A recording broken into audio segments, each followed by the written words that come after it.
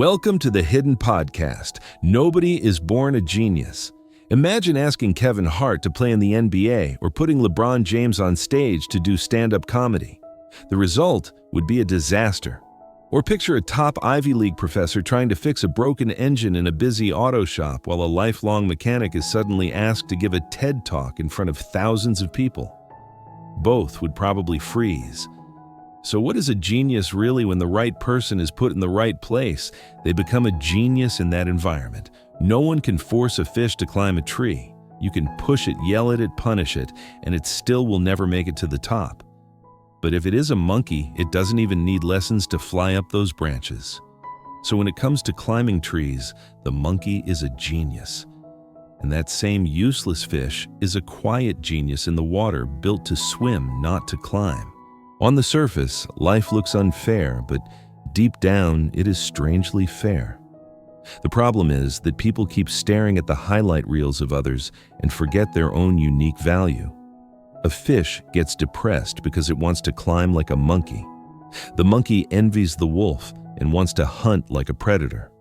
Someone with no singing voice dreams of being a pop star. A singer is obsessed with having a model's body. An actor wants to change the whole system like a famous politician. Envy is the fuel that blinds people. And when people are blinded, they suffer. Many of us look at successful people and secretly whisper to ourselves, they were just born talented. It sounds harmless, but it becomes a shield to cover our own fear. If talent is something you're born with, then there's no point in trying. If genius is destiny, then our failures are already decided, right? So we hide in a safe shell, waiting for a miracle that never comes. Modern society pours gasoline on that illusion. Kids are pushed to be good at everything before they even know what they like. Adults are told their worth is in grades, job titles, salaries, or follower counts. Social media, which could have been a place to share, honestly becomes a stage where everyone shows off. Trophies, filters, and sometimes fake achievements like hunting for validation instead of meaning. Genius is no longer the one who dives deep into a craft, but the one who gets the most attention online. In that noise, we stop admiring and start comparing. When we see others do well, we don't feel inspired, we feel afraid. So we rush into what others are good at, chase what made them successful, then collapse on a road that was never ours to walk. Society becomes a giant assembly line pressing everyone into the same mold: be fast, be smart, be number one. From childhood, kids get labeled by numbers. A perfect score means good kid. A slightly lower score is just okay. A bad grade means useless. Almost no one asks the child, are you happy? Do you enjoy this? What truly fits you? Instead, we keep asking, how many points did you get? So we force the pig to climb trees, make the fish run a race on land, and demand the bird to swim. It is sold as for your future, but it's really an unkind joke. Those kids grow up into adults who know how to obey, how to fear getting things wrong, but have no idea who they are. Education, which should open the sky, often turns into a factory that sands away every edge that makes someone unique. A kid who loves to draw is forced to be practical. A dreamer gets called unrealistic. Anyone who dares to be different is labeled strange. The result is a society full of people who know how to function but don't know how to live. A generation of uniforms where talent is flattened into sameness, and people quietly die inside because they never got to be themselves. If you look closely, humans are almost never satisfied with where they stand. The pig looks up at the monkey and dreams of climbing. The monkey looks at humans and wants to walk upright like us. Humans then look at billionaires, celebrities, and influencers and want to trade their life overnight. That is the loop of dissatisfaction. We don't live to feel alive, we live to outdo each other. A little bit of envy can push us forward, but when it takes over, it becomes a slow, invisible poison. It makes us stop seeing ourselves. We don't strive for what we truly believe in anymore. We just want to prove that we're not worse than anyone else. Many people then pour all their energy into a race no one actually asked them to run, fighting for titles no one will remember. When they can't win, they fall into anxiety, depression, and a sense of being lost. It all starts from one simple habit: constantly comparing ourselves to others. We are taught that knowing others is smart, but knowing yourself is wisdom. Yet nowadays, everyone is busy studying others while forgetting the second half of the sentence. We run with the crowd, head down, not knowing where we're going, and when we finally look up from exhaustion, we realize we've been running on someone else's road the whole time. Some people chase a passion without ever asking if it is truly theirs. They learn the guitar because their friends get applause for it. They start a business because social media glorifies financial freedom. They write, sing, or hustle not to feel alive, but to look successful. Those are rented dreams. They shine from the outside, but they don't belong to us on the inside. Living that way turns success into something borrowed. You can show off the car, the house, the job title, but when the day ends, the room feels empty and your chest feels even emptier. You can have thousands of followers and still feel like nobody really sees you. The higher you climb on a ladder that isn't yours, the more terrified you become of falling off it. Success that doesn't grow from the inside is like a stimulant. It gives a short rush and then leaves a huge void when the effect wears off. People keep running like hamsters on a wheel, mistaking movement for progress. In reality, they are trapped by their own ego. They don't live. They perform. They don't act from joy. They act from fear of being forgotten. The worst part is when they finally make it and realize that the dream they sacrificed for was never truly theirs. That is the tragedy of a borrowed life. All these traps, social pressure, mental noise, ego comparison twist together into a maze. In that maze, everyone tries to escape by becoming more special, more famous, more impressive. But the more they chase being somebody, the further they drift from themselves. The world doesn't need more fake geniuses. It needs real people who are willing to be slow, to be imperfect, to be honest about who they are. Sometimes simply knowing who you are is already a form of genius. Strip away the spotlight and the compliments, and a true genius is just someone who clearly understands what they're doing and why they're doing it. Not someone who knows everything, not someone who is better than everyone else, but someone who chooses the right game and plays it as themselves. The monkey doesn't need a course to climb branches. A fish doesn't need motivation to swim. Yet humans, supposedly the most intelligent species, can spend a lifetime struggling to figure out what actually fits them. Each person is born with a different wiring rhythm and background. That difference is not a bug, it's the blueprint. Look around in real life. Some kids are always at the bottom of the class, constantly scolded, yet grow up to become chefs, photographers, carpenters, or skilled technicians everyone in town respects. Their reward isn't a trophy, it's the quiet joy of seeing their work make others happy. On the other hand, there are people who were once top of the class, graduated from prestigious schools, and now sit in corporate offices with empty eyes, waking up every morning wondering, what am I doing this for? Very often, genius is just a person who found the kind of work that makes them forget time.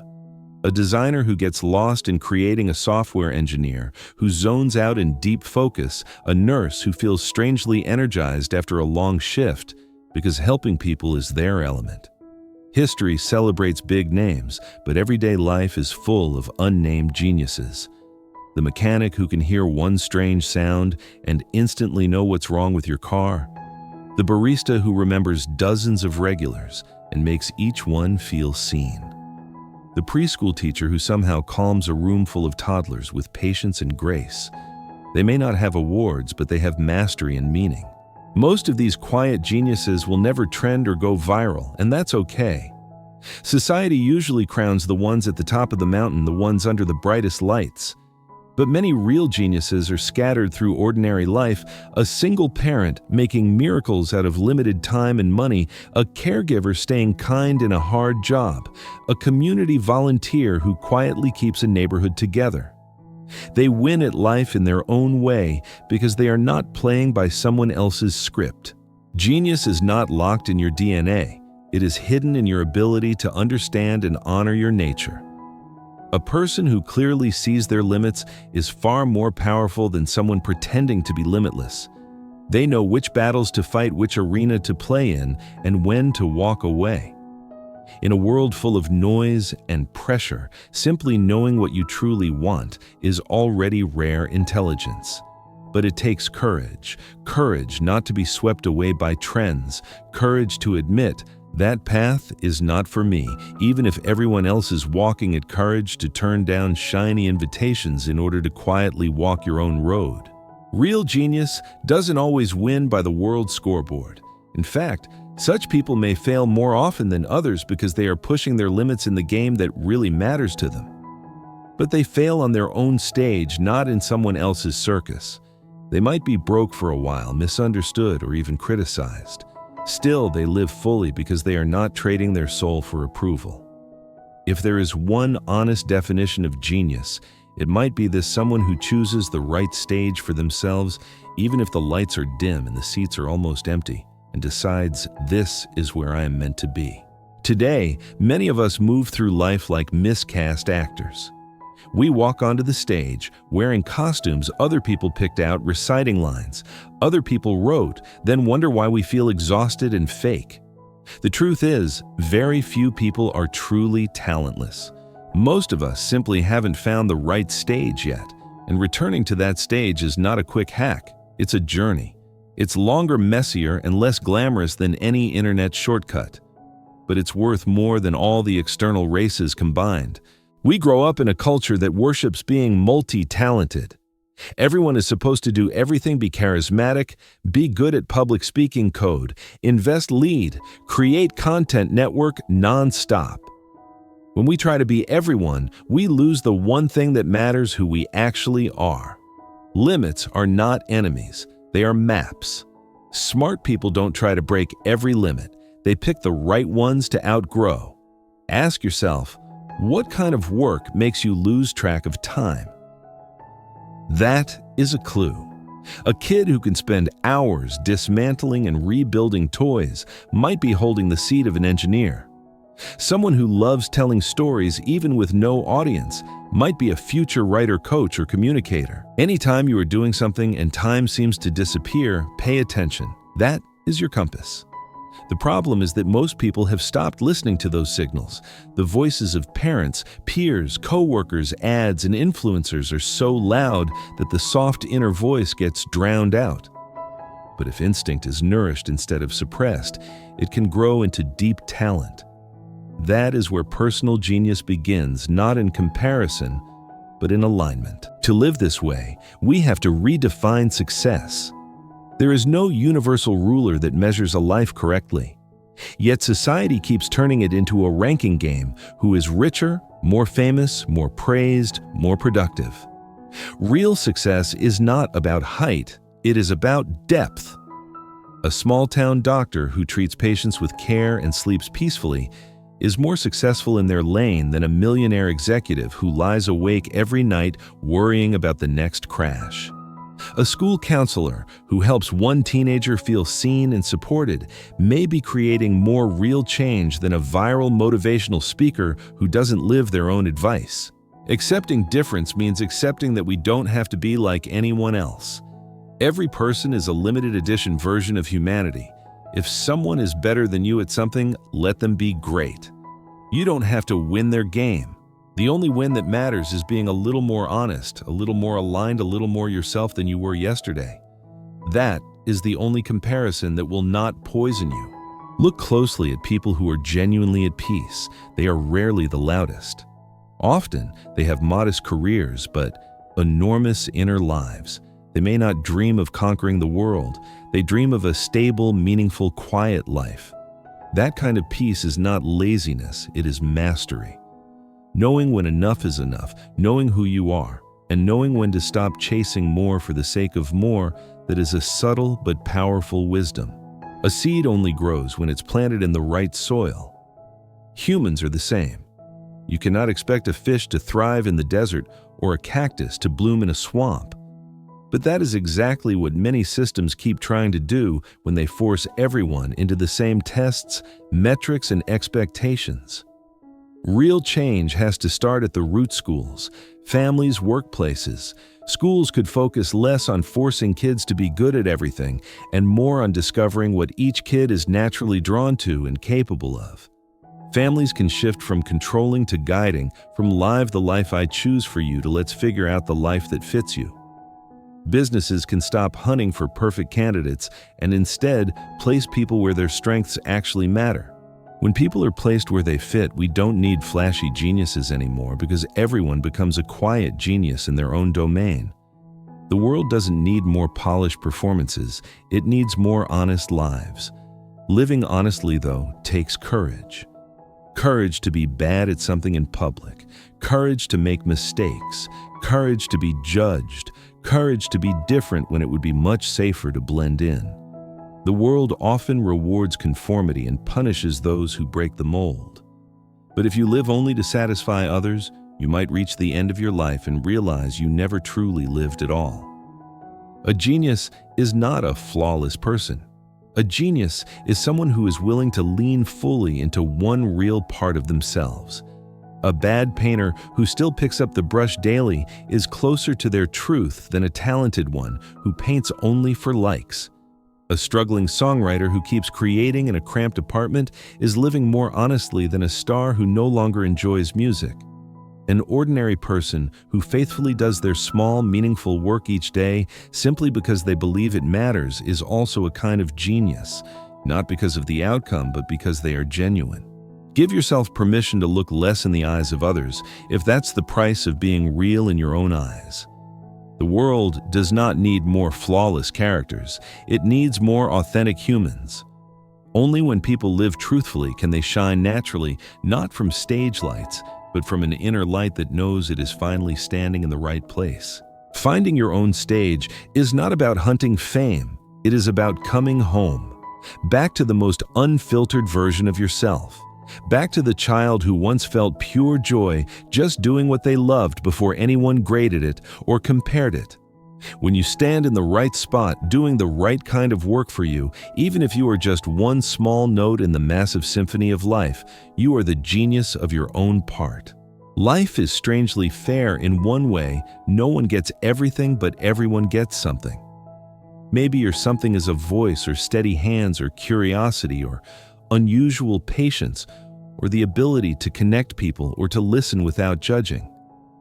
The tragedy is not that talents are rare, but that so many people die without ever letting theirs grow because they spent their whole life staring at someone else's garden. Humans are not miserable because they have nothing, but because they keep believing others have more. We fear being left behind, so we copy. We want to be loved, so we hide our edges. We spend years acting out other people's roles and forget that the most important audience is the one inside our own chest. The day you stop trying to be as good as that person and start asking how to be fully yourself, everything shifts. You realize no one can replace you, just as you cannot replace anyone else. You are a frequency in this universe. When you live in your own rhythm, you are already a complete melody. Real genius is not about being born shining. It is about daring to go against the script, daring to be messy, daring to be real. In a world crowded with copies, staying true to your nature is one of the most radical and beautiful things you can do.